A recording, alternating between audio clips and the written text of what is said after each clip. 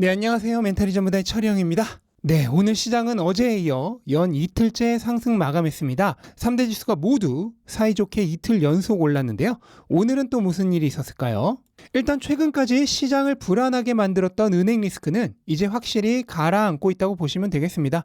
이날도 백악관에서 근시일 내에 은행 감독을 강화하기 위한 계획을 준비하고 있다는 소식이 나오면서 은행주 섹터는 내렸지만 감독 강화로 리스크는 줄어들 것이란 기대에 다른 섹터는 오른 모습을 볼 수 있습니다. 아마 당분간은 새로운 은행이 파산했다는 소식이 없는 한 이대로 은행 관련 퍼드는 약해질 가능성이 높은데요. 문제는 그로 인해 원래 시장의 최대 관심사였던 인플레이션이 다시 부각되기 시작했다는 점입니다. 급한 불을 끄느라 한동안 잊고 살았는데 사태가 잠잠해지니 다시 보이기 시작한 거죠. 시장이 예상하는 연준의 최대 금리 예상치는 다시 5.25%가 5대5 수준으로 부활하고 있습니다. 이것도 은행 리스크가 조금 잠잠해지면 연준이 금리를 올릴 거란 예상이 증가하고 다시 어디서 위험하다는 소리가 들리면 내려가고 하는 상황이 반복되고 있는 거죠.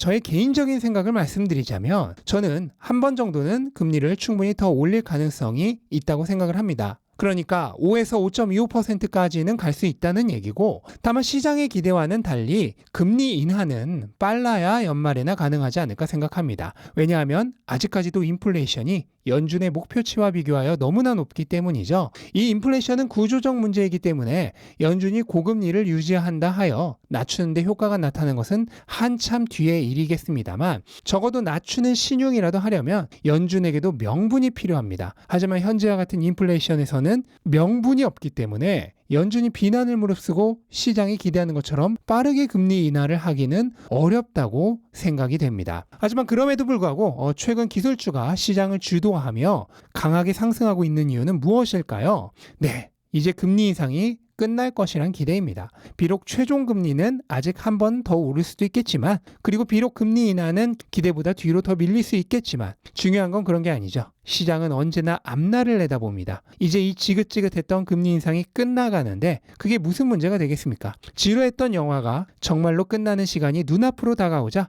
벌써부터 기분이 좋아지기 시작한 것입니다. 실제로 나스닥은 드디어 1년 넘게 이어져 온 길고 긴 하락 추세선을 힘차게 꿰뚫었습니다. 동시에 1만 2천 스닥도 달성했습니다. 사실은 어제 뚫긴 했는데 하루 만에 되돌아오는 경우도 많기 때문에 어제는 일부러 말씀을 안 드렸습니다. 아무튼 나스닥마저 하락 추세선을 뚫어냄으로써 이제 미국 주식은 명실상부 3대 지수가 모두 상승 추세로 돌아섰습니다. 길고 지루했던 하락장은 끝이 났고 이제부터 상승장의 입구에 들어섰다고 얘기할 수 있겠습니다. 이 추세선이라는 것은 생각보다 강력합니다. 다우의 경우는 작년 11월에 추세선을 돌파한 이후 두 차례나 강력한 하락 위기가 있었지만 모두 뚫어낸 저항선이 반대로 지지선으로 작용하며 가격이 붕괴되지 않는 경험이 있습니다. 따라서 나스닥 역시 강한 하방 경직성을 가지고 향후 하방보다는 상방으로 더 추진력을 가질 수 있을 것으로 기대가 됩니다. 다만 딱 한 가지 변수가 아직 남아 있는데요. 그리고 그 변수가 밝혀지는 건 바로 오늘입니다.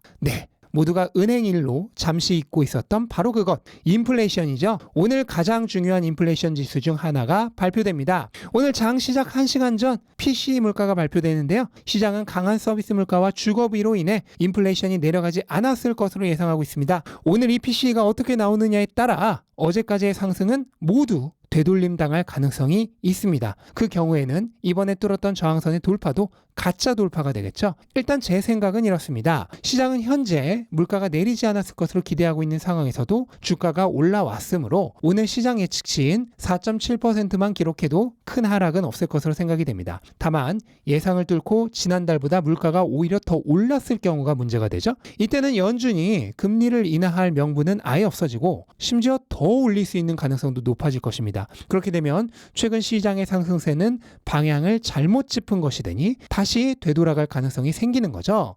그런데 단기적으로 보면 이렇습니다만 저는 향후 수개월 내 PCE 물가도 결국 내려갈 것이라 보고 있습니다. 왜냐하면 현재 물가 하락의 최대 걸림돌인 서비스 물가와 주거비가 결국 낮아지는 방향으로 갈 조짐을 보이고 있기 때문입니다. 우선 고용부터 보시면 오늘 발표된 신규 실업수당 청구 건수는 지난주보다 많아지기는 했지만 여전히 낮은 수준이었습니다. 하지만 이제 슬슬 높은 금리의 후폭풍이 몰아닥칠 시간이 다가오고 있습니다. 고용지표에 해고가 반영되는 것은 3개월 뒤입니다. 그런데 미국의 대기업들은 대체로 작년 12월부터 본격적인 해고를 했죠. 이것이 이제 다음 달 집계될 3월 자료부터 슬슬 반영이 되기 시작합니다. 거기다 아마존과 메타가 추가 감원을 발표하는 등 해고 열풍은 계속되고 있습니다. 그렇다면 1분기의 고용은 강했지만 2분기부터는 본격적으로 고용지수가 약해지기 시작할 가능성이 매우 높습니다. 또한 현재의 고용 강세는 중저임금 일자리의 역할이 큽니다. 반면